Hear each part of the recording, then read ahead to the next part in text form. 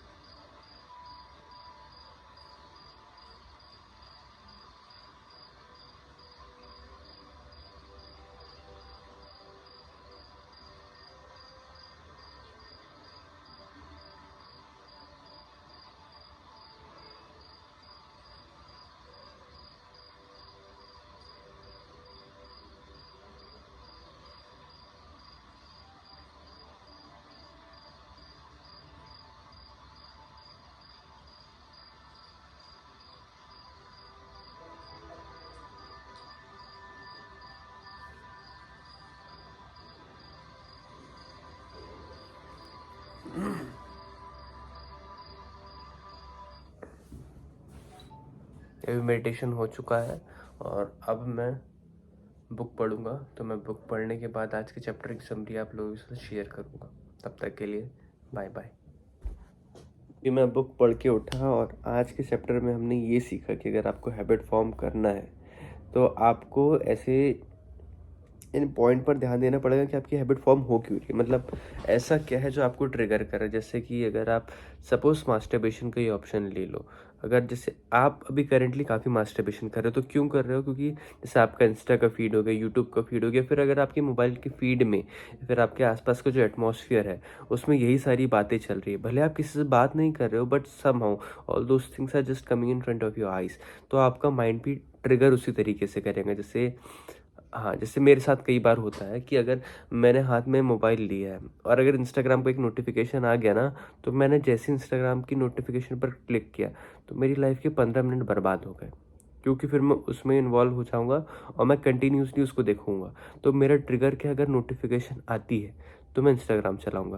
तो फिर मैंने आज ही सोचा कि अगर मैं उस नोटिफिकेशन को ही बंद कर दूँ तो इंस्टाग्राम का मुझको मतलब ऐसा कोई ऑप्शन ही मेरे आसपास नहीं दिखेगा। अब अगर ऑप्शन ही नहीं दिखेगा तो मैं शुगर पे कंटिन्यू ना करके इंस्टाग्राम यूज़ ही नहीं करूँगा।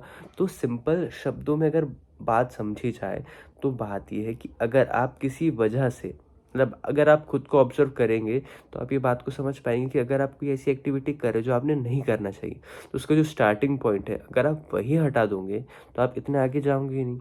अब ये 1 दिन 2 दिन में नहीं होने वाला, 1 हफ्ते 2 हफ्ते में भी नहीं होने वाला, महीनों की प्रैक्टिस लगेगी। तो आज से मेरा यही हैबिट है, मैं चाह रहा हूँ कि ऐसा बनाऊँ कि डेली अपना व्लॉग रिकॉर्ड करूँ ताकि मैं खुद को जान पाऊँ कि मैं दिन भर में कर क्या रहा हूँ। क्योंकि बेसिकली होता क्या है ना, हम दिन भर का समय ऐसे ही बर्बाद करते हैं। तो मैक्सिमम केसेस में यही होता है कि हम अपने 10-15 जो काम होते हैं, और अगर आप अच्छे से समझोगे ना तो बहुत कम समय में हम हमारे सारे जो इंपॉर्टेंट काम होते हैं उनको कर लेते हैं, और बाकी का समय हम या तो मोबाइल चला रहे हैं या टीवी देख रहे हैं, फिर समय बर्बाद कर रहे हैं। रियलिटी वही है, आपको एक्सेप्ट करना पड़ेगा, क्योंकि जब तक आप रियलिटी को एक्सेप्ट नहीं करोगे तब तक आप आगे बढ़ नहीं पाओगे। तो हैबिट फॉर्मिंग का सबसे इंपॉर्टेंट प्रोसेस यही है कि 4 प्रोसेस होते हैं: क्यू, क्रेविंग, रिस्पॉन्स और रिवॉर्ड। तो अब अगर आपने अपनी बॉडी को क्यू ही नहीं लगने दिया, क्यू मतलब कि ऐसा जो आपको ट्रिगर करता हो ये काम करने के लिए, क्योंकि क्या होता है आपको एंड में ना रिवॉर्ड की हैबिट लग जाती है, आपका डोपामिन स्पाइक होता है। तो अगर आपका डोपामिन स्पाइक होने वाली सिचुएशन ही आप नहीं आने दोगे, यानी कि जैसे अगर किसी इंसान को कुत्ते से डर लगता है, उसने सारी सिचुएशंस और इस तरह से प्लानिंग करी कि उसके आसपास कहीं कुत्ता ही ना आए, तो उसको तो डर ही नहीं लगेगा ना।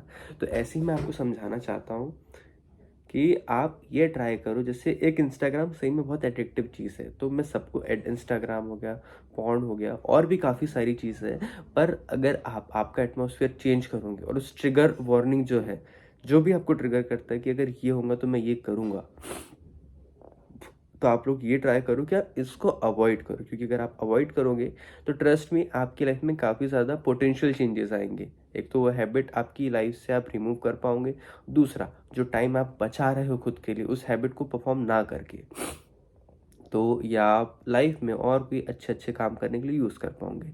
थैंक यू, यहाँ तक सुना है इसके लिए। अब मैं जा रहा हूँ जिम, और जिम से आने के बाद मैं वर्कआउट शेयर करूँगा मैंने क्या किया, और उसके बाद आज मैं डेली व्लॉग रिकॉर्ड करूँगा। अराउंड 10 मिनट का व्लॉग होना चाहिए मेरे हिसाब से अभी मेरा, इससे ज़्यादा कोई मैं एपिसोड तो बना नहीं रहा हूँ, अभी आता भी नहीं है। I am just talking with my self, और उम्मीद करता हूँ कि आप लोग ये सुन के अच्छा महसूस कर रहे हो, और आपकी लाइफ में 1% का भी अगर मेरी इस व्लॉग से ग्रोथ होती है तो I will be really very happy.